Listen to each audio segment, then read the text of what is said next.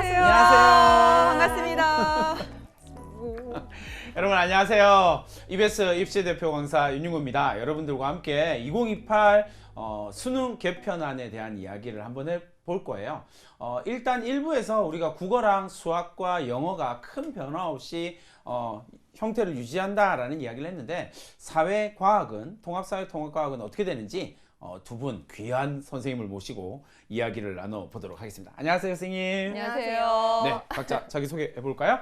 네, 안녕하세요. 저는 EBS에서 EBS 사회탐구 영역에서 강의하고 있는 박봄입니다. 여러분 만나서 반갑습니다. 고1 학생 여러분, 예비 고1 학생 여러분 반가워요. 네, 안녕하세요. 저는 EBS에서 과학탐구 영역 강의를 하고 있는 양은혜라고 합니다. 우리 예비고1 친구들 지금 되게 많이 들어와 있는 것 같은데, 여러분 고등학교 입학을 앞두고도 막 설렐 텐데 뭔가가 이렇게 달라진다고 하니까 걱정이 많이 되시죠? 오늘 선생님들이 다 해결해 드리겠습니다. 오, 네. 자신감이 장난이 아닌데요. 박범 쌤 좀 본받아야겠어요. 네, 이제 본격적으로 이야기를 한번 해볼 텐데, 어쨌든 2028 수능 체제가 개편되어졌다라고, 확정되어졌다라고 하는 것이 좀 중요하니까, 이제 불안 조금을 가지고 있었던 그 불안마저도 이제 싹 정리를 할 수 있는 기회라고 생각하시면 좋을 것 같습니다. 전체적인 거, 개편안 체제, 수능 체제의 개편이 어떻게 이루어졌는지 전체적인 내용, 통합사회, 통합과학 순서를 한번 들어볼까요? 네. 안녕하세요. 통합사회에 대해서 전반적으로 설명을 드리도록 하겠습니다. 이 통합사회의 가장 큰 변화는 원래 한 권에서 두 권으로 바뀐 것이죠. 그게 표면적으로 나타난 가장 큰 변화입니다. 기존의 통합사회는 모두 한 권으로 9개 단원으로 되어 있었는데요. 그게 두 권, 10개 단원으로 바뀌게 됩니다. 그런데 뭐 새로운 단원이 하나 추가된 것이 아니라 기존에 있었던 1단원이 2개로 쪼개진 거예요. 그래서 내용상으로는 큰 변화가 없습니다. 그러나 통합사회라고 하는 과목이 내신 과목이기만 했을 때도 학생들에게 상당한 부담으로 작용했던 과목입니다. 왜냐하면 이 사회탐구 영역에 선택 과목을 정하기에 앞서서 사회탐구에 어떤 내용들이 있는지를 소개하는 과목이기 때문에 지리 영역, 일반사회 영역, 그리고 윤리 영역에 핵심 개념들이 다 들어가 있어서 기존에도 학생들이 내신만으로도 굉장히 부담스러워했던 과목이에요. 그런데 이제 수능 과목이 된다고 하니까 더 궁금증도 커지고 국수형만큼 아마 관심이 클 거라고 생각을 합니다. 앞으로 어떻게 될지에 대해서는 사실 여러 학생들도 많이 궁금했을 텐데 몇 차례 평가원이나 교육부의 발표가 있었고요. 그 내용들을 중심으로 말씀을 드리도록 하겠습니다. 일단은 여러분 아시다시피 국수형에서 많이 들으셨겠지만 기존의 9등급에서 5등급으로 되면서 아마 이 통합사회라고 하는 과목도 1등급을 받지 않으면 수시 원서를 쓰는데 상당히 어려움이 있게 되죠. 여러분이 목표로 하는 학교들을 가기 위해서는 10% 안에, 그래서 최소한 1등급을 받아야 된다는 부담이 크게 느껴지는 과목으로 됐고요. 또 하나 수능에 있어서는 기존에는 선택 과목 체제라서 선택 과목을 무엇으로 하느냐에 따라서 표준 점수의 유불리가 있었다면 이제는 모든 학생이 같은 시험지를 하게 되면서 원점수만으로 비교를 하게 됩니다. 그게 한편으로는 선택 과목에 따른 유불리는 없어졌지만 또 모든 학생 문이과라고 하는 구분 없이 통틀어서 하다 보니까, 그리고 1.5점, 그리고 5점대 단위로 0.5점 단위로 배점이 나누어지게 되면서 변별력이 확보가 되면서 학생들이 또 부담이 커지게 되는 측면이 있습니다. 문제는 어떻게 출제될 것인지에 대해서 상당히 궁금해했는데요. 지난 9월에 예비문항이 나왔습니다. 예비문항이 나오면서 현장의 반응들은, 그리고 선생님들의 반응들은 대체로는 그랬어요. 생각했던 것보다 상당히 까다로웠다라고 하는 게 대체적인 반응이었습니다. 왜냐하면 그간의 고1 대상의 통합사회 기출문제들을 보면 뭐 내신 과목이기도 하고 또 학력평가 수준이기 때문에 상당히 평이한 수준으로 이어졌었는데 깜짝 놀란 거죠. 예비문항들을 보고. 일단은 평가원에서 발표했던 대원칙을 좀 보도록 하겠습니다. 보시면 각 영역들, 다시 말하면 지리, 윤리, 일반사회 영역들을 대표적으로 볼 수 있는데 이 영역들 간에 유기적인 결합을 기본 방향으로 하겠다라고 밝혀두었고요. 바로 이와 관련된 문제들이 상당히 까다롭게 느껴진 것입니다. 물론 보시면 그간의 수능 문항이 가지고 있던 장점을 그대로 유지하고 그리고 각 영역의 특성이 반영된, 다시 말하면 지리 영역이면 지리 영역의 문항, 일반 사회 경제 파트 혹은 정치 파트면 정치 파트의 문항 또는 윤리 파트의 문항 등이 각각 출제될 수도 있지만 고난도의 변별력 있는 문항은 아무래도 그 영역 간 연합이 이루어지는 문제가 될 가능성이 매우 커졌습니다. 실제로 문제를 보면 조금 더 이게 어렵겠다라고 하는 걱정이 들 수는 있는데요.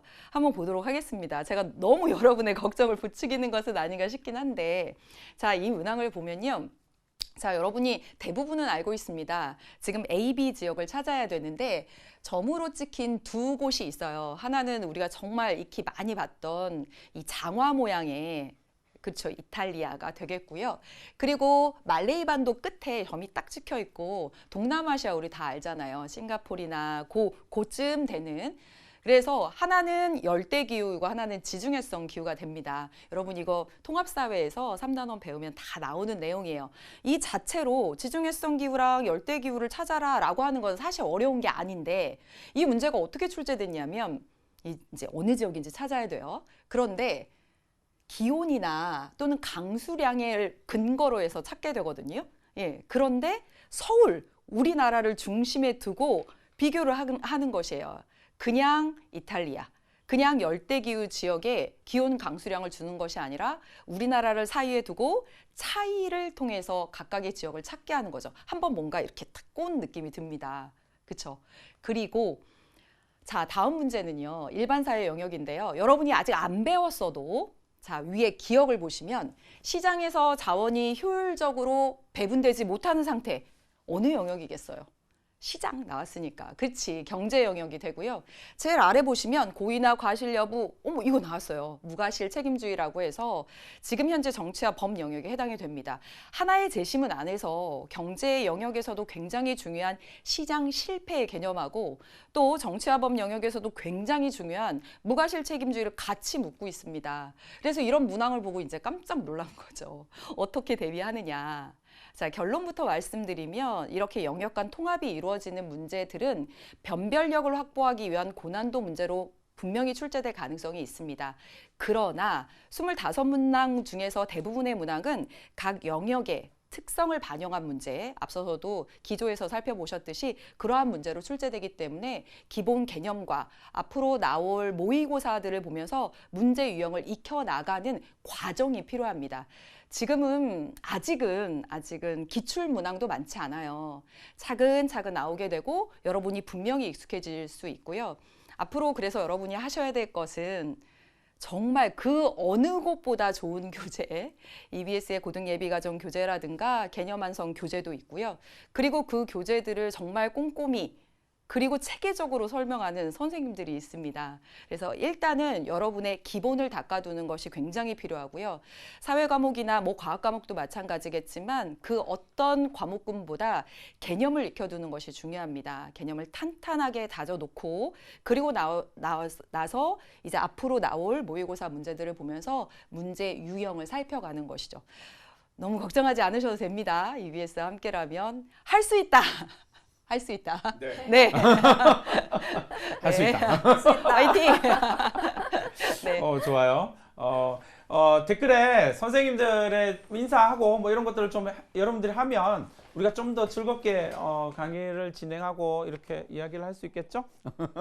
아, 댓글에 양은혜 선생님 너무 잘 가르치신다고 최고. 제 이름은 안 나왔네요, 아직.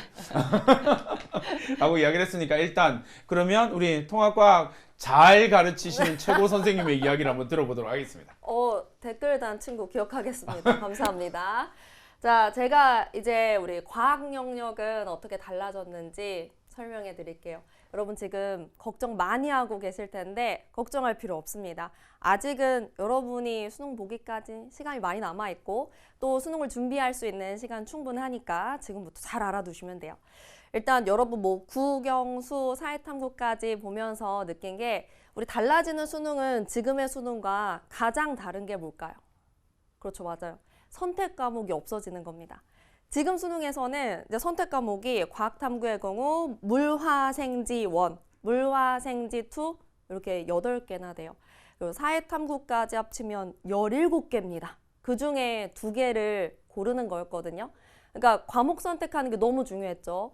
나에게 어떤 과목이 유리한지, 어떤 과목을 봐야 점수가 잘 나오는지를 고민해서 선택했어야 됐는데 이제 고민할 필요가 없습니다. 정해졌어요.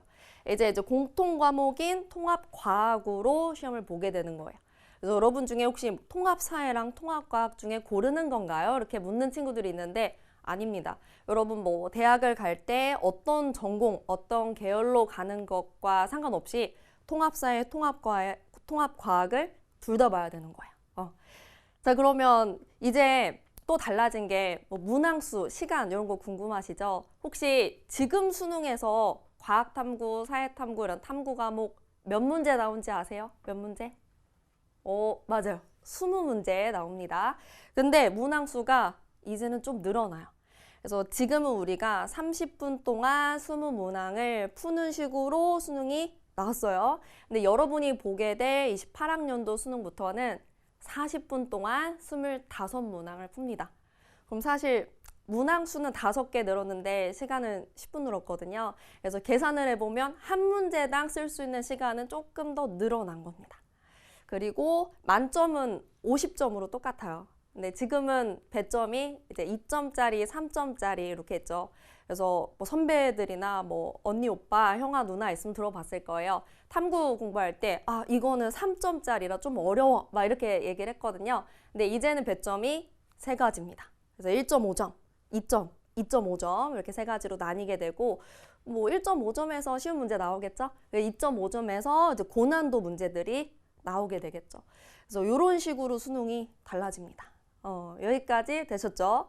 자, 근데 아마 여러분이 더 궁금할 거는 그러면 이제 수능 과목이 된 통합과학에서 어떤 내용을 배웁니까? 이런 거 궁금하시죠? 보여드릴게요. 제가 통합과학의 단원을 가지고 왔는데 사실 지금 혹시 예비고1 말고 현재 고등학교를 다니고 있는 친구들이 이 영상을 보고 있다면 이 단원명을 보고 내가 배운 통합과학이랑 되게 비슷한데 뭐가 달라졌지? 할 수도 있어요. 큰 틀에서 많이 바뀌진 않았습니다. 크게 2가지가 바뀌었는데 일단 첫 번째는 통합과학이 통합과학 1과 통합과학 2로 나뉘었어요. 그래서 원래 한 권의 교과서로 1년 동안 수업했으면 이제 2권으로 1학기, 2학기 이 정도로 봐주시면 되고요. 그 다음에 단원이 2개 추가됐습니다. 그래서 첫 번째 과학의 기초라는 단원, 여기서 이제 뭐 물리량이라든가 기본량, 단위, 뭐 과학의 언어들을 배우는 거죠. 그 다음에 마지막 과학과 미래 사회 이렇게 2개의 단원이 추가가 되었습니다. 근데 그 사이에 있는 단원들은 기존의 통합과학과 크게 다르지 않아요. 그래서 기존의 통합과학 기출 문제들 있죠. 그런 거를 활용하셔도 좋습니다. 겹치는 내용이 많거든요. 그래서 이렇게 통합과학 단원이 구성이 되고 우리 과학도 제가 그 예시문항을 준비해 왔거든요. 그 예시문항을 좀 보면 여러분이 통합과학으로 어떻게 수능이 나올지를 조금은 알 것 같아요.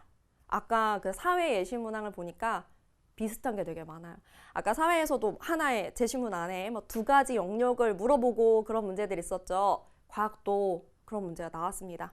그래서 여러분이 궁금해할 게 아마 이런 거죠. 물화생지가 어느 정도의 비율로 나오는가. 근데 딱 요 예시문항을 보니까 어떤 한 문제에서 물화생지 어느 영역의 문제라고 할 수 없는 2가지 이상의 영역이 한꺼번에 물어보는 그런 문제가 나왔어요.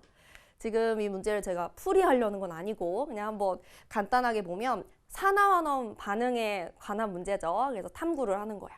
가설을 세우고 탐구 활동을 해가지고 그 가설을 검증하는 식의 문제입니다. 그러니까 일단은 과학에서 탐구 방법을 알아야 문제의 요 자료를 이해할 수 있는 거고 그 다음에 기본 주제는 산화환원 반응이에요. 근데 산화환원 반응의 예시가 지금 호상, 철광층 저런 거는 지구과학 현상이거든요. 그 다음에 뭐 광합성, 산화 헤모글로빈의 형성 이런 거는 생명과학 현상이거든요. 그래서 산화환원 반응은 화학이잖아요. 근데 그 화학 배웠던 내용을 지구과학과 생명과학 현상에 적용하는 식으로 이런 식으로 영역 통합형 문제 맞죠? 이렇게 문제가 나왔습니다. 하나만 더 보여드릴게요. 자, 두 번째 예시 문항은 요거는 어떤 데이터가 나온 거예요. 무슨 데이터냐면 어떤 곳에서 지금 뭐 기온과 기압, 절대 습도, 이슬점을 측정하는 디지털 센서로 이렇게 데이터를 얻어서 표로 제시를 했습니다. 근데 사실 뭐 절대 습도, 이슬점 이런 거 우리 통합과학에서 직접적으로 배우지 않거든요. 배우지 않은 내용이 나와서 못 푸느냐? 그게 아니고 이건 뭐 절대 습도나 이슬점의 어떤 지식적인 그 깊이 있는 문제가 아니라 이 표를 가지고 지금 빅데이터잖아요. 자료가 되게 많죠. 이거를 그래프로 바꿀 수 있는지, 그리고 이 그래프를 해석해가지고 여기서 어떤 경향성, 규칙성을 찾을 수 있는지, 자료를 만들고 자료를 해석할 수 있는 능력을 묻는 문제예요. 그래서 이런 문제도 나올 수 있으니까 우리는 뭐 과학을 탐구하는 방법이라든가 자료를 해석하는 방법이라든가 이런 방법을 잘 공부를 해주셔야겠죠. 그래서 요 정도 과학에 관한 설명은 다 끝이 났습니다. 네. 좋습니다. 선생님이 설명하고 있는 와중에 네. 박범생 칭찬을 하는 글이 올라와서 기분이 안 좋네요. 네, 칭찬은 왜 안 나오지?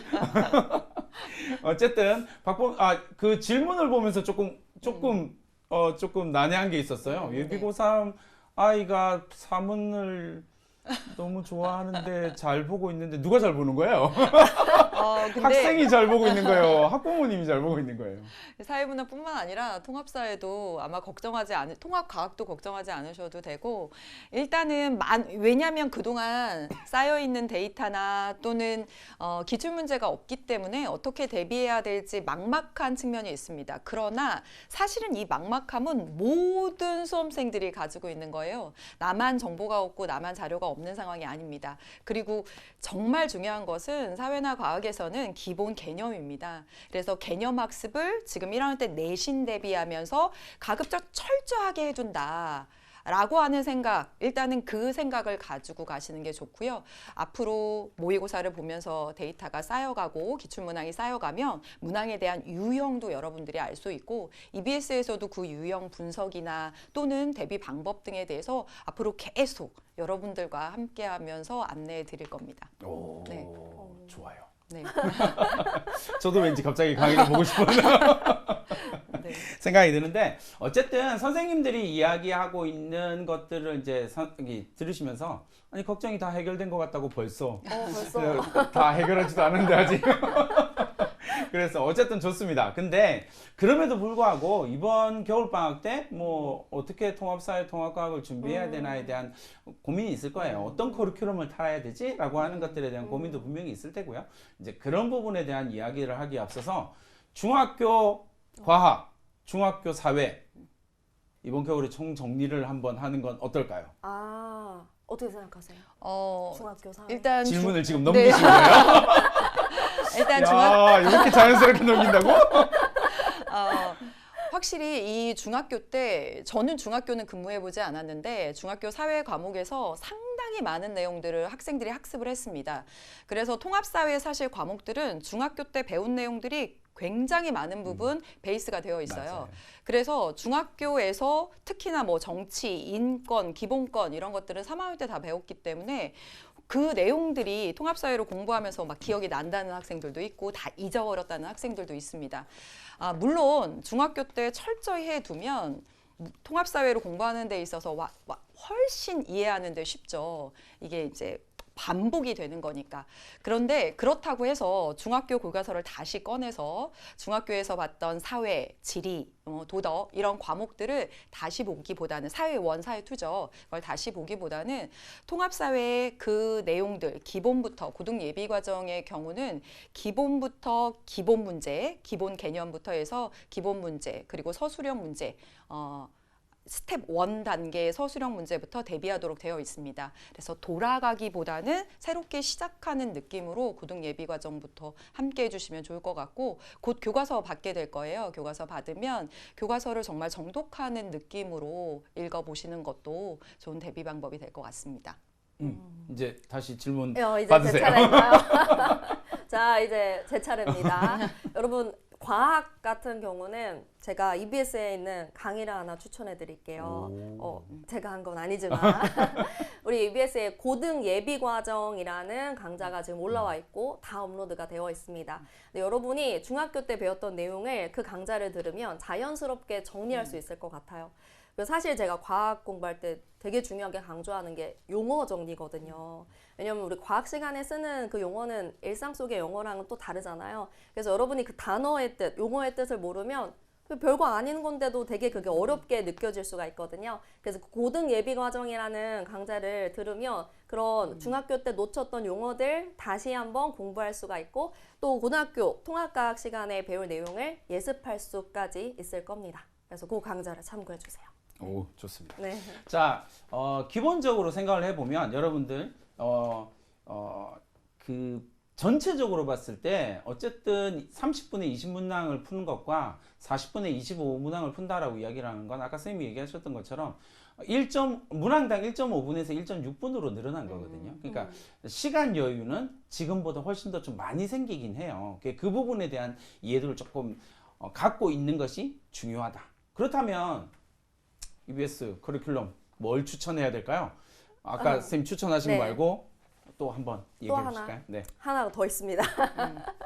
여러분 아직 오픈되진 않았지만 이제 곧 수능 스타트라는 강좌가 2월에 EBS에 올라올 겁니다. 저와 함께 할 수 있는 강좌고요.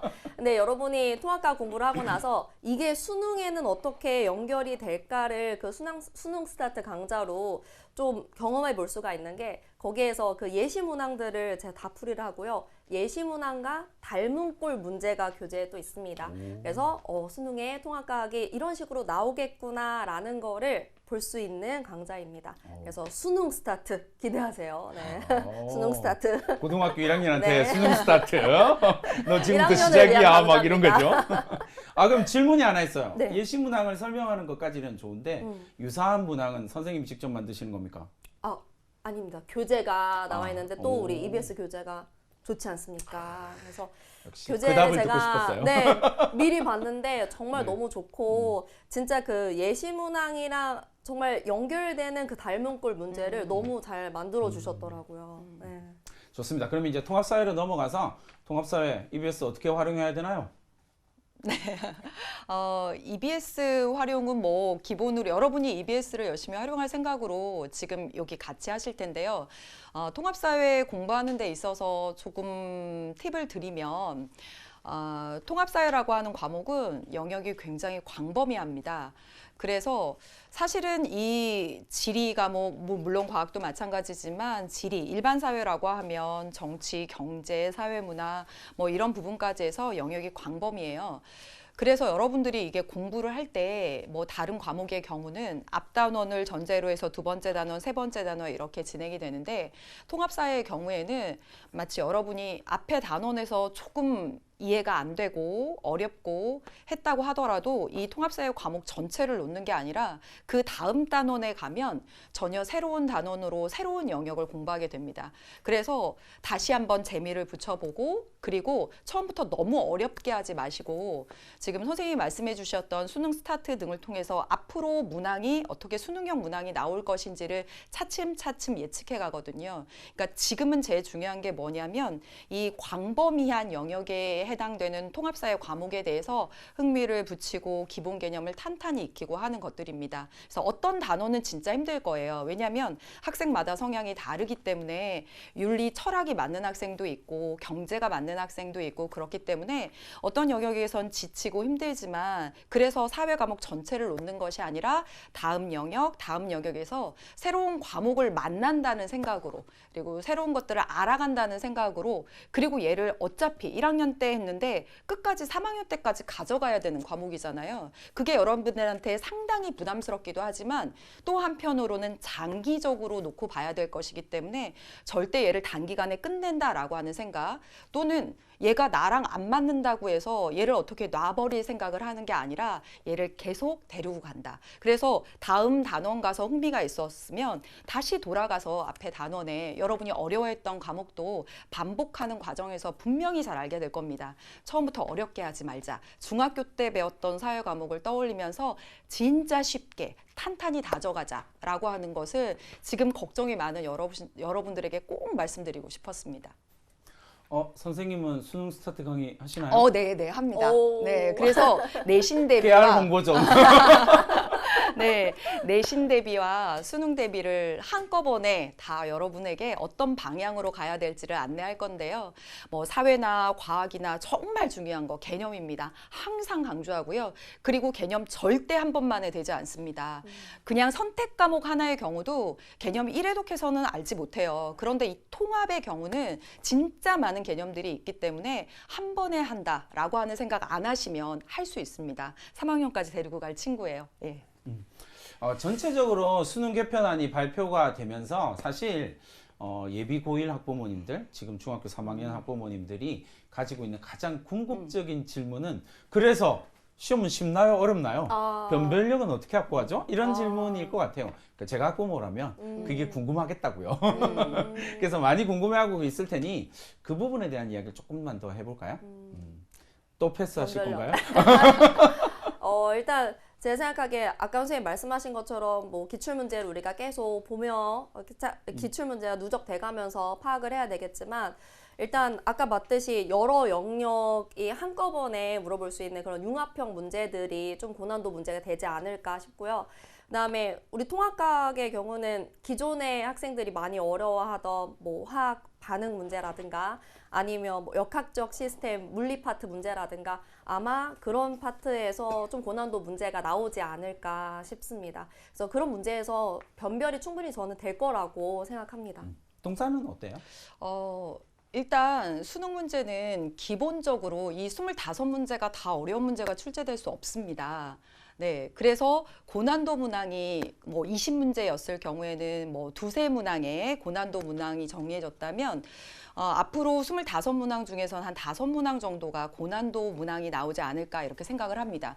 그렇다면 여러분들의 수능 전략은 무엇이냐면 일단 각각의 영역에서 출제되는 기본적으로 공부를 하면 맞출 수 있는 문제부터 공략을 해야 됩니다.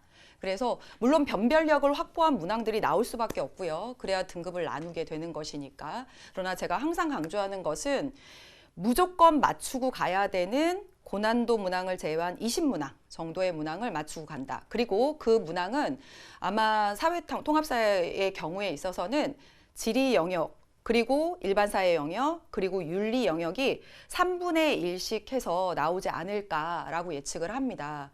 그래서 왜냐하면 모든 문항을 연계 형태의 통합 문제로 낼 수는 없습니다. 그렇게 낼 수도 없고요. 그렇게 하면 학생들의 학습 부담도 너무너무 커지게 돼서 왜냐하면 기본 핵심 개념을 알고 가는 것도 통합사회 과목을 배우는 의의가 되기 때문에 그래서 여러분들 기본 핵심 개념으로 잡고 가는 것이고 10개 단원이 있으면 10개 단원에서 골고루 출제하게 되어 있습니다. 따라서 10개 단원에서 25문제면 1개 단원에 두세 문제가 되는 것이고요. 각 단원별로 가장 대장이 되는 개념이 무엇인지 그 체계를 잡고 가셔야 됩니다. 오, 되게 중요한 말씀을 주셨네요. 네. 박범이야. 네. 이제 이런 말씀을 드리면서 이제 여러분들한테 그리고 이제 걱정이 많은 학생 학부모님들한테 꼭 말씀드리고 싶은 게 하나 있는데 지금 나오고 있는 문항들이 이제 융합형 문항이다라고 이야기를 하잖아요. 근데 이게 난생 처음 보고 막 이런 문항은 사실 아니에요. 이 문항이 실제로는 지금 입시에서 어떻게 나오고 있냐면 주로 면접 문항이 주요 대학교의 면접 문항이 다 이런 식으로 나오거든요. 이걸 이제 상위 조금 더 어렵게 만들면 이제 면접 문항이 되는 거고 그걸 조금 좀 쉽게 만들면 지금 이제 융합형 문항으로 여러분들이 보고 있는 거거든요. 그래서 그런 부분들에 대한 이야기가 제일 중요하다. 더불어서 하나 더 말씀드린다면 지금 융합형 문항이다라고 이야기를 하는 것의 가장 본질적인 건 지식의 링크예요. 그러니까 무슨 말이냐면 파편화된 지식들이 많은 사회를 우리가 살았단 말이에요. 그래서 융합형이다, 통합형이다라고 이야기를 하는 건 뭐냐면 일사에서 배운 거, 지리에서 배운 거, 역사에서 배운 거, 윤리에서 배운 거 따로 이게 파편화된 지식이거든요. 그러니까 여러분들의 머릿속에는 인식의 칸막이가 있는 거야. 이건 윤리, 이건 일사, 이건 화학, 이건 물리 이렇게 칸막이가 있는 거예요. 그 칸막이를 없애겠다라고 하는 게 통합형 수능의 가장 본질적인 부분이에요. 그러니까 결국은 뭐가 되냐면 실질적인 사고력을 물어볼 거예요. 그러니까 여러분들이 수능을 통합사회 통합과학을 수능을 준비한다라고 하는 과정에서 개념 중요하죠. 더 중요한 게 뭐냐면 개념과 개념을 연결시키는 거예요. 왜냐하면 이 링크는 모든 학문들은 반드시 이 링크가 존재를 하거든요. 그래서 그 링크들을 연결시키는 것이 가장 핵심이다. 그런 게 사실은 지금 1학년 통사 통과 맞아요. 학습활동에 나오잖아요. 맞아요. 그래서 이게 완전 생소한 개념이 아니라 학습활동에서 실제로 다루어지고 있는 개념이기는 해요. 그걸 이제 객관식 문제로 만들어 가고 있는 거죠. 그런 부분들에 대한 고민이 있다라는 걸 꼭 기억해 두시고 어쨌든 난이도에 대한 이야기는 이렇게 마무리 지었으니까 하나 더 생각을 해보면 아까 이제 박범 쌤이 잠깐 이야기했던 것처럼 말씀하셨던 것처럼 고등학교 1학년 때 배우는데 내가 이걸 고3 때 수능을 봐야 된단 말이에요. 1학년 때 배운 걸 어떻게 갖고 계속 이렇게 유지하느냐 이거에 대한 스트레스나 부담이 또 좀 많을 거란 말이에요. 그 다음에 이제 질문 올라온 것처럼 이런 거죠. 통합사회 통합과학을 배우는데 물화생지를 배웠단 말이에요. 그러면 그런 부분들이 좀 간섭을 하진 않을까요? 라고 하는 부분들도 그러면 실제로는 물화생지 지금으로 이야기를 하면 물환생원, 화원, 지원을 다 공부해야 되는 학습량이 어마어마하게 늘어난다라고 생각해서 지금부터 학원을 열심히 다니고 있단 말이죠.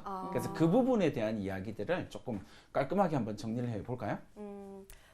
일단 뭐 통합과학 문제가 그렇게 지금 현재의 물화생지 1이나 물화생지 2는 굉장히 깊이 있는 문제가 나오거든요. 그렇게 나오지는 않고요. 다만 범위가 넓어진 거는 맞죠. 이제 물화생지의 내용을 해야 되니까 원래 원 과목 하나 할 때, 뭐 투 과목 하나 할 때보다는 범위는 넓어졌습니다. 근데 뭐 그렇게 아주 지금 뭐 물화생지 1이나 2 정도로 어려운 문항이 나오진 않으니까 뭐 미리 학원을 다녀야겠다 그런 걱정은 안 해도 될 것 같고요. 그리고 저는 이제 추천하는 공부 방법이 아까 박범 선생님도 살짝 말씀을 하셨는데 여러분이 이제 학교에서 뭐 수업을 듣고 아니면 뭐 인터넷 강의로 수업을 듣고 나서 복습을 해야 되잖아요. 근데 그 복습 방법이 이제 선생님들이 많이 말하는 뭐 백지 복습 이런 거 들어봤을 거예요. 근데 처음부터 백지 복습을 하는 거는 너무 부담이 돼요. 근데 여러분이 바로 문제풀이를 하면 문제는 또 안 풀릴 수 있어요. 그래서 제일 좋은 거는 교과서. 우리 교과서만큼 논리적으로 쓰여진 글이 없거든요. 그래서 교과서를 읽으면 수업 듣기 전에는 안 읽혀요. 근데 수업 듣고 나서 읽으면 정말 그 스토리가 여러 영역이 융합된 게 보이거든요. 그래서 그 방법을 추천합니다. 교과서 읽는 학생들을 잘 본 적이 없어서 그러니까요. 너무 안타까워요. 진짜 그러니까 좋은데. 이게 조금 문제죠. 네. 교과서를 읽어야 되는데 그러니까 지식이라고 하는 것은 흐름이고 링크인데 교과서를 안 읽고 다들 막 일단 교과서를 읽는 걸 추천하신다. 네, 좋습니다. 좋은 방법이에요. 저는 그러니까 이게 사회 과목이 좀 대단해지긴 했습니다. 왜냐하면 전 선택 수능 체제에서 사회 공부는 예비 고3이 될 때 그 겨울에 시작해서 한 1년간 하는 과목이었잖아요. 그런데 이제 통합사회가 되면서 1학년 때 내신 과목으로 하고 얘를 끌고 이렇게 3학년까지 이제 올라가는 거잖아요. 마치 국수형 과목들을 3년 내내 계속 해왔던 것처럼 얘를 끌고 가는 것인데 통합사회 과목은 국수형만큼 그렇게 많은 시간을 들여야 하나? 이런 것들에 대해서는 약간 아직은 국수형 과목에 대한 투자 정도와 그간의 수능 선택 과목, 사회 과목에 대한 투자 정도의 차이가 현격했기 때문에 그 정도 수준까지 끌어올려야 된다라고 말씀드리기는 어려울 것 같아요.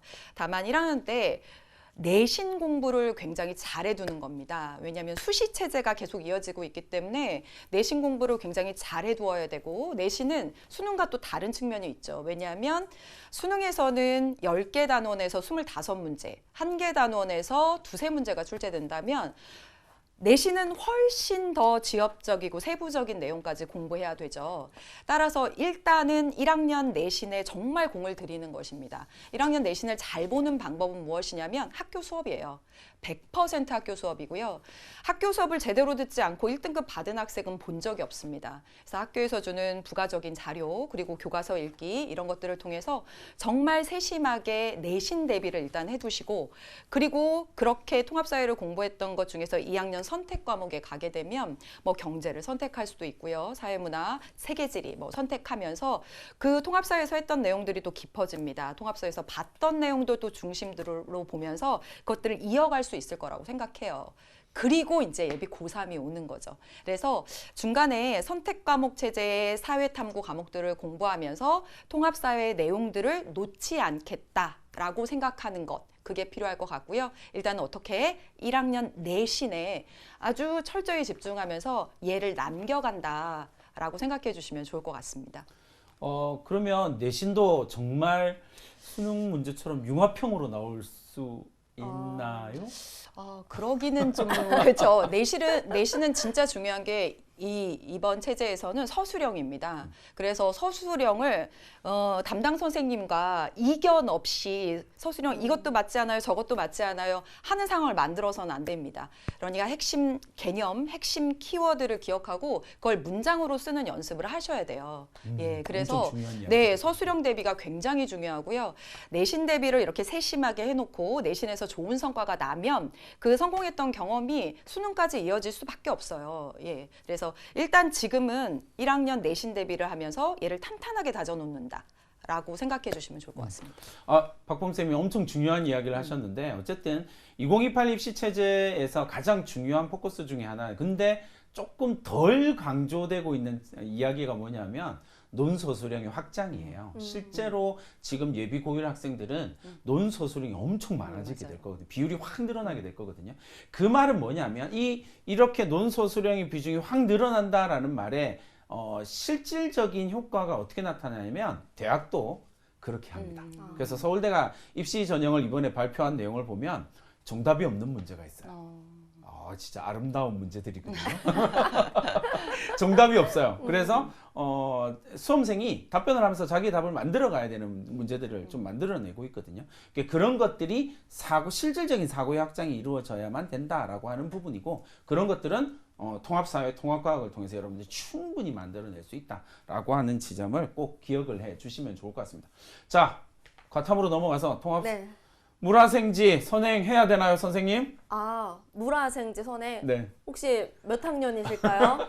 예비 고1이겠죠? 예비 고1. 여러분, 예비 고1이라면 물화생지 선행 안 해도 됩니다. 왜냐면 여러분 통합과학도 개념이 한 번으로 끝나지 않거든요.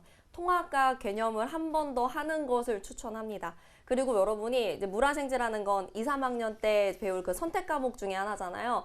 내신에서 선택 과목 중요합니다. 왜냐하면 우리가 수능은 과목이 이제 정해졌잖아요. 그래서 여러분의 그 진로를 수능 과목으로 어필할 수가 없어요. 그래서 내신 선택 과목으로 여러분의 진로를 사실 빨리 정하면 빨리 정할수록 좋죠. 그래서 빨리 진로를 정해가지고 그 진로에 맞는 선택 과목을 정하고 그때 물화생지를 만약에 선택했다면 그때 공부해도 충분합니다. 지금부터 선행할 필요는 없습니다. 네. 명쾌하네요.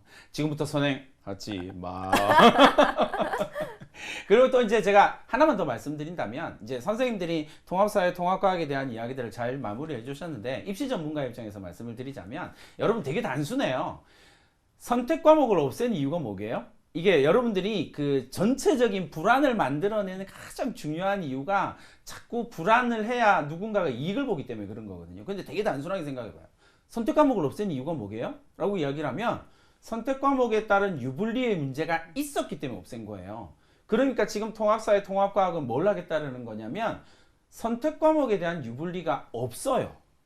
없어야만 해요, 문제들이. 그래서 통합사회, 통합과학 수준에서 융합, 링크 이런 이야기들을 자꾸 하게 되는 거예요. 그러니까 선행해봐야 아무 소용이 없다라는 이야기를 불안해할 필요 없다라는 거 꼭 말씀을 드리고요. 마지막 시간이 다 돼버렸네요. 어느새 마지막 이야기들을 수험생들 예비 고1 불안에 떨고 있는 학생 학부모님들에게 박범 선생님부터 이야기를 해드릴까요? 네, 그 고등학교에 간다는 건 상당히 두려운 일입니다. 중학교 때는 내가 공부를 어느 정도 하면 절대평가 체제에서 좋은 A 등급을 받았어요. 그런데 고등학교에 가면 서열이 세워지고 그래서 1등급, 2등급 이렇게 나누게 됩니다. 그 과정에서 스트레스를 받는 건 너무나 당연합니다. 따라서 그 스트레스를 이겨내는 내면의 힘, 을 기르는 것이 무엇보다 중요할 것 같습니다. 여러분 화이팅 하시고요. 네, 우리 많은 강의에서 수능 스타트에서 2월쯤에 개강합니다. 만나도록 하겠습니다. 네. 내면의 내면의 힘. 자, 아주 사회적인 이야기가 나왔어요. 아주 과학적인 이야기가 나와야만 할 것 같은데. 과학적인 이야기. 저도 이제 제가 고등학교 막 입학하려고 할 때가 갑자기 생각나는데 아주 옛날이긴 하지만 그때 엄청 긴장을 했거든요. 고등학생은 되게 어려워진다, 뭔가 달라진다라는 얘기를 듣고, 근데 여러분도 아마 지금 그럴 것 같아요. 그러니까 너무 걱정하지 마시고, 또 이제 공부에 있어서는 우리 EBS가 있으니까, EBS에 정말 좋은 강자들, 정말 좋은 선생님들이 도와줄 거니까 또 믿고 잘 활용하시면 좋겠습니다. 화이팅! 뭔가 되게 과학적이네요. 과학적으로. 좋습니다. 이렇게 해서 2028 대입 개편 체제에 대한 이야기들을 수능 라이브로 쭉 한번 해드렸습니다. 여러분들한테 큰 도움이 되었기를 바라고요. 선생님은 아쉽지만 시간이 다 됐으니까 이만 헤어져 될 것 같습니다. 감사합니다. 수고하셨습니다. 안녕. 안녕.